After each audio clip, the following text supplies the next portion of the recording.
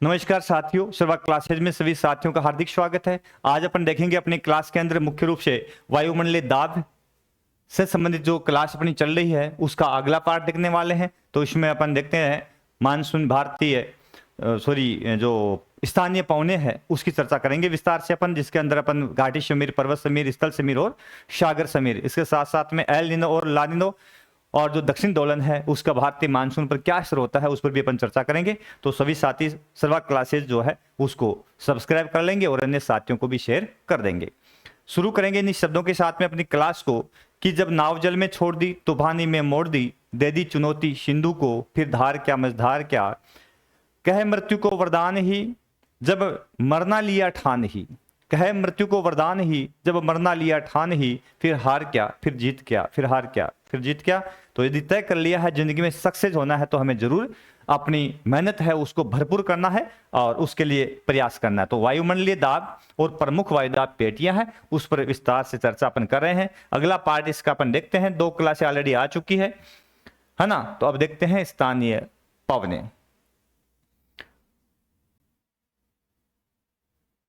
मौसमी पवने, तो मौसमी पवनों की चर्चा विस्तार से अपन करते हैं। तो मौसमी पवने मुख्य रूप से है, सबसे पहले आ रहा है बिंदु इसमें एल निनो। एल निनो होता क्या है तो इस पर अपन चर्चा करेंगे।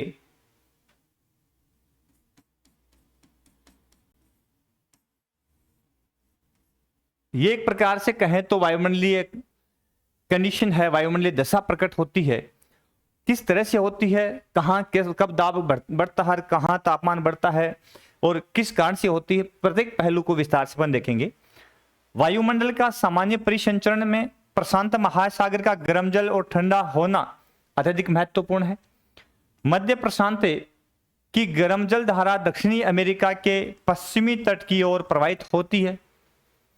यह पेरू की ठंडी धारा का स्थान ले लेती है और पेरू तट पर इन गर्म धाराओं की उपस्थिति में या पेरू तट पर इन गर्म जल धाराओं की उपस्थिति ही एल निनो कहलाता है।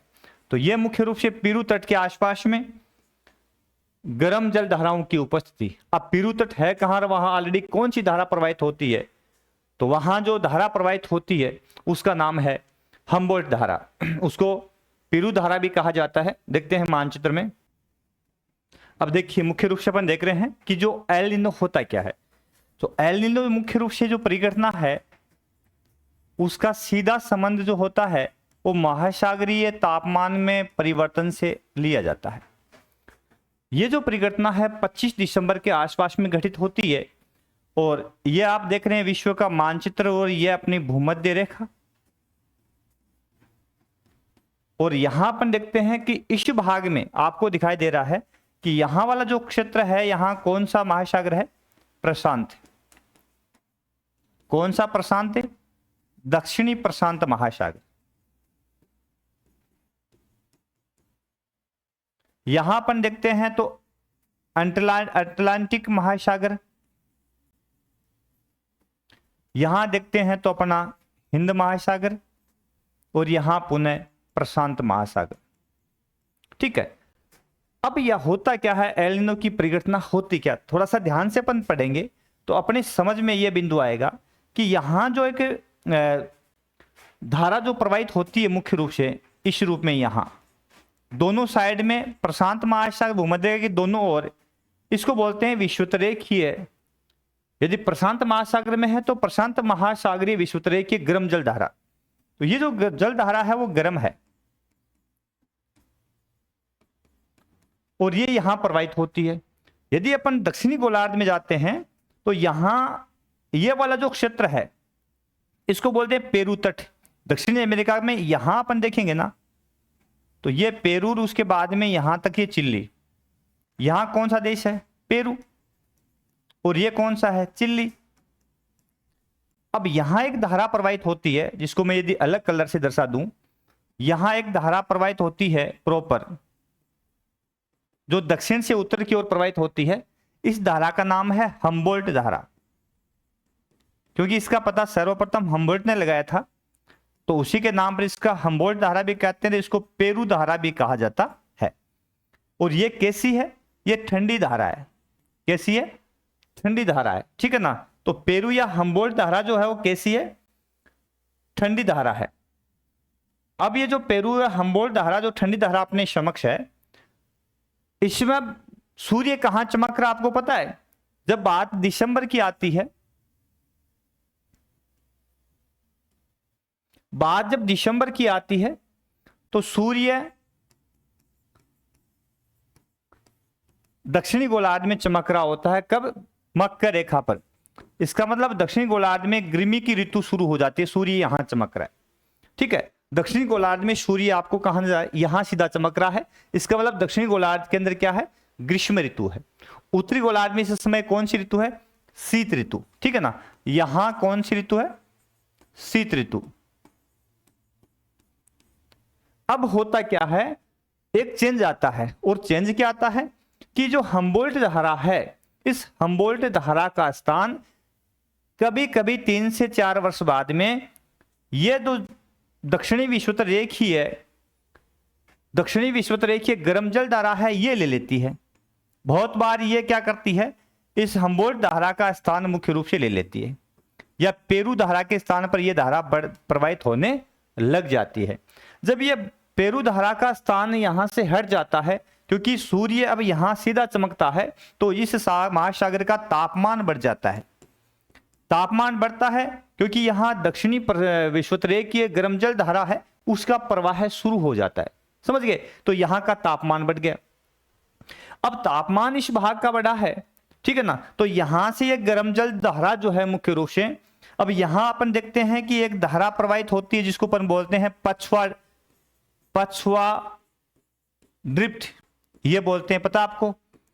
पछुआ ड्रिफ्ट कहते हैं इसको। और ये मुख्य रूप से सीधी, क्योंकि दक्षिण गोलार्ध में महासागरीय क्षेत्र काफी ज्यादा है, तो ये सीधी प्रवाहित होने वाली प्रमुख धारा है। अब ये गर्म पानी जो है इस पछुआ प्रवाह के सहारे आगे की ओर बढ़ता है, तो हिंद महासागर तक पहुंच जाता है।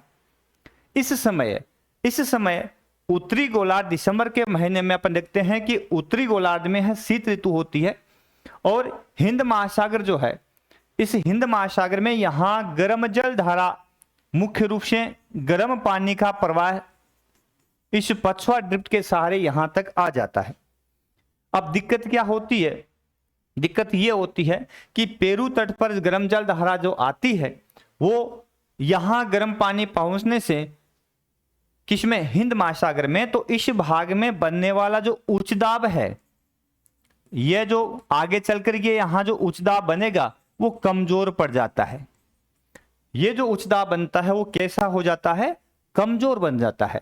और इस दाब का कमजोर होना भारत में मानसूनी पवनों के आगमन के लिए काफी घातक है, क्योंकि यहां यदि कमजोर दाब हो गया, इसका मतलब भारत की ओर मानसूनी पवनों का प्रवाह कमजोर पड़ जाएगा। इसका नुकसान हमें क्या होगा कि भारत में मानसून जो है वो बहुत लेट आएगा, धीमा आएगा और कम आएगा। वर्षा जो होगी हमेशा की बजाय थोड़ी सी कम होगी। तो ये जो परिघटना है इसको अपन बोलते हैं एल निनो। तो सामान्य परिघटना एल निनो क्या हो गई? दक्षिणी अमेरिका में पेरू तट के पास पेरू की ठंडी धारा के स्थान पर दक्षिणी प्रशांत महासागरीय गर्म जल धारा का प्रवाह होना, जिस कारण इस भाग में ठंडी बोल्ट का स्थान इस धारा के लेने से इस जल का तापमान बढ़ जाना। अब यहां जैसे तापमान बढ़ा है, ठीक है ना, तो यहां क्या चेंज आता है? इसी भाग में वर्षा ज्यादा होती है, यहां वर्षा जो है वो ज्यादा होती है। अब आप सोचते होंगे कि यहाँ के लोग, पेरू के लोग तो बहुत खुश होते होंगे, चिली के लोग बहुत खुश होते हैं कि यहाँ बरसात बहुत अच्छी होती है, लेकिन यहाँ अधिक वर्षा का भी नेगेटिव असर है, क्योंकि प्राय इस भाग में अकाल रहता है। तो इन लोगों का प्रमुख जो पेशा होता है वो है मछली पालन। प्रमुख पेशा इनका क्या है? मछली पालन। और जब बरसात आती है, ज्यादा होती है, बाढ़ की स्थिति बनती है, तो इस भाग में क्या होता है? लोगों को तटवर्ती भाग में जल प्रवाह से प्लैंकटन जो है, मछलियों का जो भोजन होता है, वो यहाँ नष्ट हो जाता है, प्रवाहित हो जाता है। तो यहाँ मछलियां तट के पास में नहीं मिलती, जिस कारण से इन लोगों का जो मछली पालन का व्यवसाय है वो कमजोर पड़ जाता है। तो ये लोग भी इस वर्षा से या एल निनो के प्रभाव से खुश नहीं होते, ठीक है ना। और ये भी नहीं चाहते, पहले ये सोचते थे कि अच्छी बारिश आएगी तो हमें फायदा होगा, लेकिन ये कहते हैं कि अच्छी बारिश तो हो, उतनी ज्यादा नहीं हो कि हमारा मत्स्य व्यवसाय है वो कमजोर पड़ जाए। तो इसको बोलते हैं एल निनो, जिसमें भारतीय मानसून पर क्या असर पड़ता है, भारतीय मानसून जो हिंद महासागर में जो उच्च दाब का केंद्र है वो इस एल निनो के कारण कमजोर हो जाता है। एक शब्द आता है दक्षिणी दोलन, एक शब्द आता है दक्षिणी दोलन। अब ये दक्षिणी दोलन मुख्य रूप से क्या होता है, इसको भी अपन देखते हैं। दक्षिणी दोलन जो होता है वो क्या होता है, इसको भी मैं अभी बताता हूं आपको, ठीक है। चलो, अब आया है अगला बिंदु जिसका नाम यहां पे है दक्षिणी दोलन। दक्षिणी दोलन, अब ये क्या है, एल निनो घटना का मध्य प्रशांत महासागर और ऑस्ट्रेलिया के वायुदाब परिवर्तन में गहरा संबंध है एल निनो से, क्योंकि वायुदाब परिवर्तन हो गया। कैसे हुआ, मैंने कहा हिंद महासागर में जो उच्च दाब का केंद्र बनना था वो कमजोर हो गया, और जो प्रशांत महासागर का जो पूर्वी तट है मुख्य रूप से 3 डिग्री से 36 डिग्री दक्षिण अक्षांशों के बीच में, वहां पे जो ठंडी धारा थी उच्च दाब का केंद्र था वो कैसा हो गया, न्यून अवदाब का केंद्र हो गया, ठीक है ना। तो वहां पर भी चेंज आया है। प्रशांत महासागर पर वायुदाब में यह जो परिवर्तन है वो दक्षिणी दोलन कहलाता है। ये जो वायुदाब में चेंज आया है इसको क्या कहते हैं अपन, दक्षिणी दोलन। एल निनो और दक्षिणी दोलन को दोनों को कंबाइंड रूप से क्या बोलते हैं, इनसो। क्या बोलते हैं, इनसो। इसका मतलब हो गया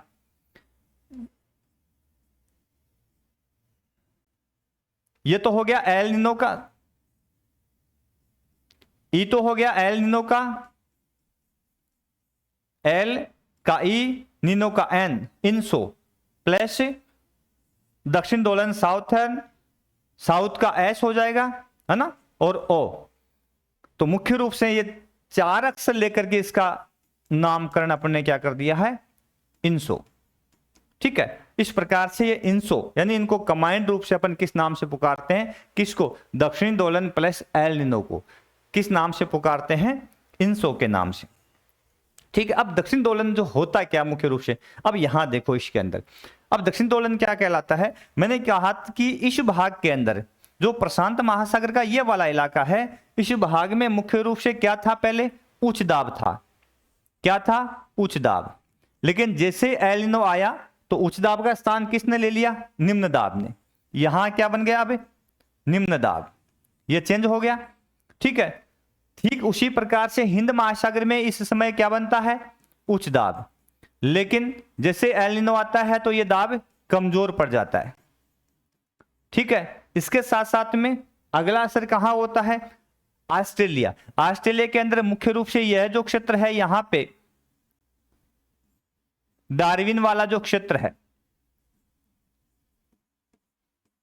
इसके अलावा प्रशांत महासागर का जो मध्यवर्ती क्षेत्र है जिसको अपन यहां बोलते हैं, प्रशांत में मध्यवर्ती क्षेत्र एक द्वीप है जिसको अपन बोलते हैं ताहिती, ताहिती द्वीप, ठीक है। तो इस भाग पर भी मुख्य रूप से इस वायुदाब का सीधा असर होता है।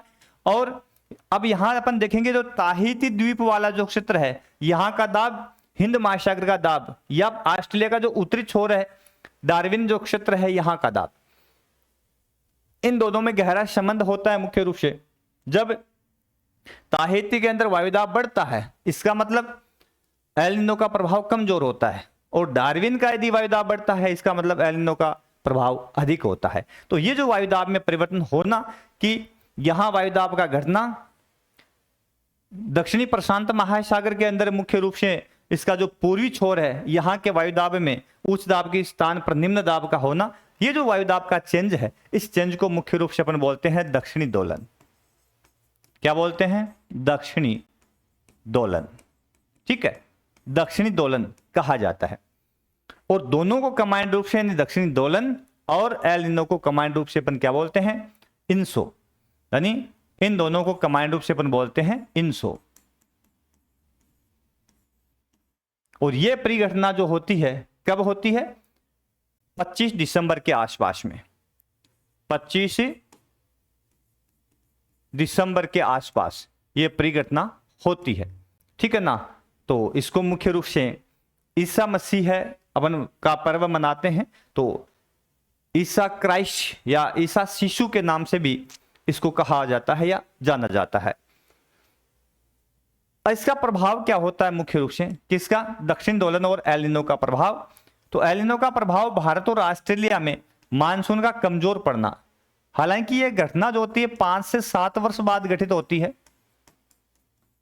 ठीक है। और इससे क्या होता है, भारत और ऑस्ट्रेलिया में वर्षा कमजोर हो जाती है, मानसून कमजोर हो जाता है।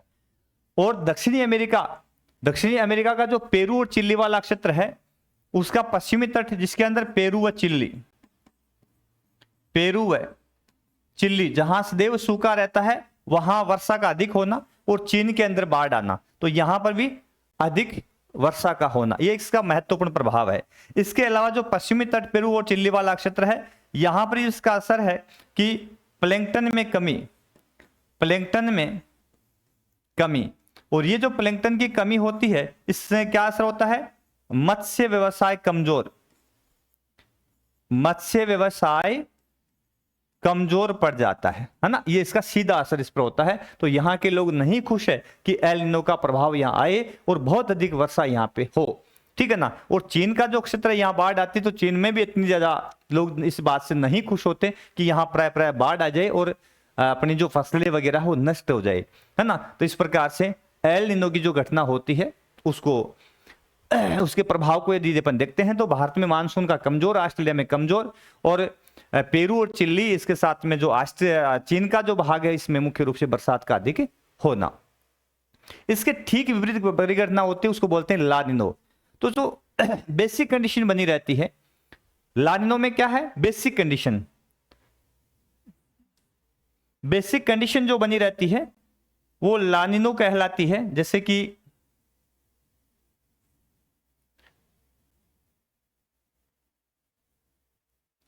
अब इसमें क्या है, ला नीनो किसको कहेंगे,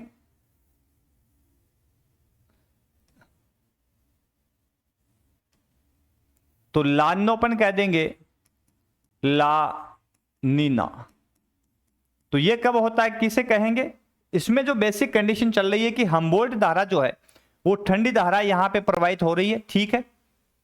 इसके अलावा अपन देखते हैं कि जो ताहिती वाला क्षेत्र यहां पे है, इस ताहिती के अंदर मुख्य रूप से उच्च दाब बना हुआ है, अच्छी बात है, ठीक है। और हिंद महासागर में यहां पे उच्च दाब की कंडीशन अप्रैल मई के आसपास में बन जाती है, ये अच्छी बात है। तो ये चीजें मुख्य रूप से है। और जो हम्बोल्ट धारा के प्रवाह के स्थान पर दक्षिणी विषुवत के धारा का नहीं आना, है ना, ये जो सामान्य कंडीशन होती है उसको अपन बोलते हैं ला नीनो, ठीक है। इसका क्या असर है, इसका प्रभाव होता है भारत में मानसून अच्छा होना, भारत में वर्षा अच्छी होना। तो भारत में अच्छी वर्षा होती है, ठीक वैसे ऑस्ट्रेलिया में अच्छी वर्षा होती है ना। ऑस्ट्रेलिया में भी वर्षा है वो अच्छी होती है ना। तो इसका सबसे अच्छा फायदा है कि हमारे मानसून जो आता है बहुत अच्छा आता है, और उसमें हमें अकाल का जो सामना है वो नहीं करना पड़ता है। अब अगला बिंदु आता है स्थानीय पवन। अब स्थानीय पवन में सबसे पहले अपन देखते हैं स्थल समीर और समुद्र समीर। स्थल और समुद्र समीर। स्थल समीर किसे कहते हैं, जब रात के समय समुद्र गर्म और स्थल ठंडे हो जाते हैं। मैंने आपको पहले भी बताया था, स्थल का स्वभाव या महाद्वीपीयता, स्थल का स्वभाव का मतलब होता है कि इसका जल्दी गर्म होना व जल्दी ठंडा होना, यह स्थल का स्वभाव है, जल्दी गर्म और जल्दी ठंडा होना। और दूसरा जो आता है वो है जल का स्वभाव।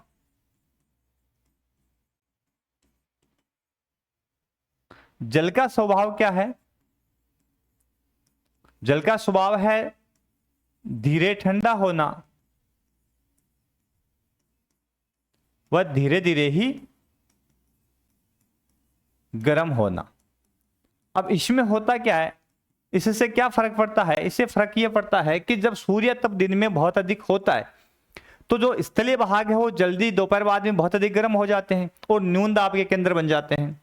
ठीक उसके पास में यदि वो जलीय क्षेत्र है तो वो शाम होते होते उतना अधिक गर्म नहीं होता, है ना। तो दिन के समय वो गर्म तप्त होकर के और शाम तक होते होते गर्म होता है वो, और रात के समय अचानक ठंडा नहीं होता। इसका मतलब रात के समय वो है थोड़ा गर्म बना रहता है।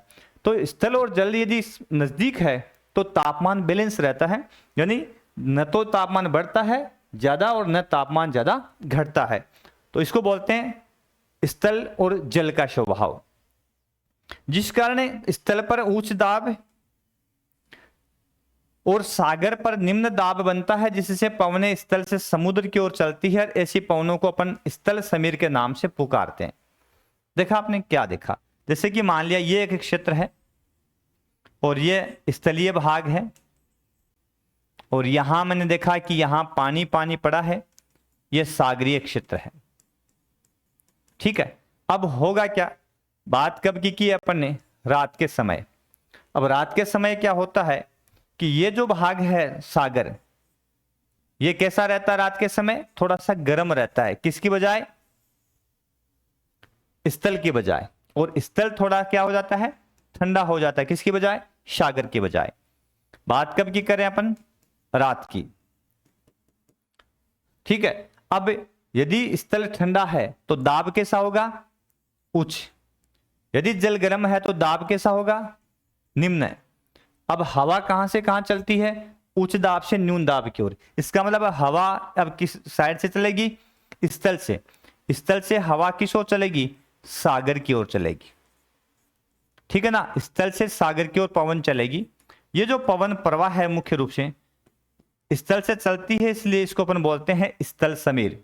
क्या बोलते हैं इसको, स्थल समीर। ठीक इसी के विपरीत जब बात अपन रात की जगह दिन की कर लेंगे तो तब उल्टी पवन चलेगी और उसको अपन क्या कहेंगे, सागर समीर, समुद्र समीर। तो इसमें क्या होता है, वही बात है कि ये एक पहाड़ी स्थलीय क्षेत्र है, ठीक है, और यहां से ये जलीय क्षेत्र है। अब बात अपन कब की करेंगे, बात करेंगे अपन दिन की। ये सूर्योदय हो रखा है ना, इसका मतलब बात किसकी करें, दिन की।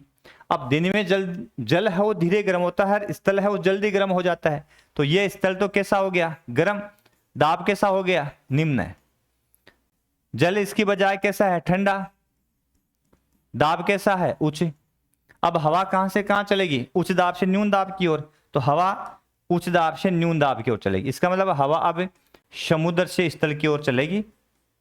ठीक है ना, समुद्र से स्थल की ओर चलेगी। और समुद्र से चलने के कारण साथियों इसको अपन क्या बोलते हैं, सागर समीर कहते हैं। क्या बोलते हैं इसको अपन, सागर समीर या समुद्र समीर, क्योंकि ये कहां से चलती है, महासागरों से चलती है। तो इस कारण इसको अपन समुद्र समीर या सागर समीर के नाम से पुकारते हैं। उसके बाद में अपन देखते हैं पर्वत समीर और घाटी समीर। अब यही वही कंडीशन है, पर्वत और घाटी समीर कब चलती है, कैसे चलती है। तो पर्वत समीर रात के समय घाटी गर्म और पर्वत ठंडे हो जाते हैं, जिस कारण से पर्वत पर उच्च दाब और घाटी जो है उस पर निम्न दाब बनता है, जिससे पवनें पर्वत से घाटी की ओर चलती है। ऐसी पवनों को अपन क्या बोलते हैं, पर्वत समीर बोलते हैं। अब देखिए इसका डायग्राम अपन देखेंगे तो ये एक पहाड़ी है, यह पहाड़ी क्षेत्र है। इस पहाड़ी के अंदर ये जो भाग है यह पर्वत का भाग है, और ये कैसी है, यह भाग है घाटी है मुख्य रूप से, समझ गए। तो इसमें अब क्या होगा, इस भाग में क्या होगा, इसमें जब बात करेंगे अपन कब की, रात्रि की, तो ये चांद, ठीक है, चंद्रमा, तो रात्रि की बात होगी। अब रात में क्या होता है कि जो घाटियां होती है वो कुछ गर्म रहती है, और ये जो पर्वतीय जो भाग है ये कैसे हो जाते हैं, ठंडे हो जाते हैं। तो पर्वत कैसे हो जाते हैं, यानी यहां भाग ठंडा होता है और ये जो घाटी वाला क्षेत्र है ये गर्म रहता है। गर्म का मतलब निम्न दाब, ठंडा का मतलब उच्च दाब। अब हवा कहां से चलेगी, पर्वत के शिखर से घाटी की ओर यूं चलेगी। अब पर्वत से चलती है, इसलिए इसको अपन कौन सी पवन कहते हैं, पर्वत समीर कहते हैं। पर्वत से चलने के कारण इस पवन को क्या कहेंगे अपन, पर्वत समीर कहेंगे। कब चलती है, रात के समय। और घाटी समीर दिन के समय ठीक इसके विपरीत हो जाएगी। घाटी समीर देख लो, घाटी समीर दिन के समय घाटी ठंडी और पर्वत गर्म हो जाते हैं, ठीक है।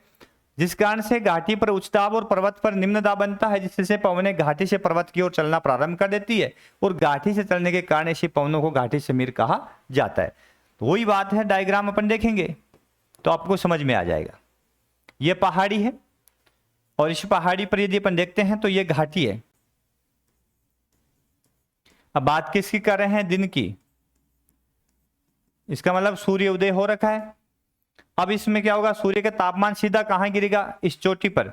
तो ये जो पर्वत चोटियां हैं वो कैसी हो जाती है? गर्म हो जाती है। गर्म है तो दाब कैसा हो गया? निम्न है। घाटियों में तापमान कम पहुंचता है तो घाटियां कैसी रहती है? ठंडी। तो दाब कैसा हो गया? उच्च। ठीक है। अब पवन कहां से कहां चलेगी? घाटी से पर्वत के ढाल के सारे ऊपर चढ़ेगी। इस तरह की जो समीर है उसको क्या बोलते हैं? घाटी से चलने के कारण ऐसी पवन क्या कहलाती है? घाटी समीर कहलाती है। बेसिक सी बात है, समझ गए? तो कब है ऐसा? सूर्य उदय हो रखा है, इसका मतलब दिन में। कब है बनती है ऐसी कंडीशन? दिन के समय। ठीक है। कौन सी समीर? घाटी समीर। अगला बिंदु, धन्यवाद। अगला बिंदु है धन्यवाद। तो ये थी अपनी प्रमुख स्थानीय पवनें, जिसके अंदर घाटी समीर, पर्वत समीर और स्थल समीर, समुद्र समीर कब चलती है, क्यों चलती है, विस्तार से अपन देखा। और साथ साथ में एल निनो और ला निनो और दक्षिणी दोलन या इंसो जो है उसका प्रभाव और उनकी उत्पत्ति के संदर्भ में। क्लास कैसी लगी? आशा करता हूं कि आपके लिए क्लास काफी फायदेमंद और आपको अच्छी लगेगी, और सभी साथी क्लास को शेयर करेंगे और चैनल को सब्सक्राइब कर लेंगे। धन्यवाद आप सभी का। फिर मिलेंगे अगली क्लास में, तब तक के लिए नमस्कार, जय हिंद।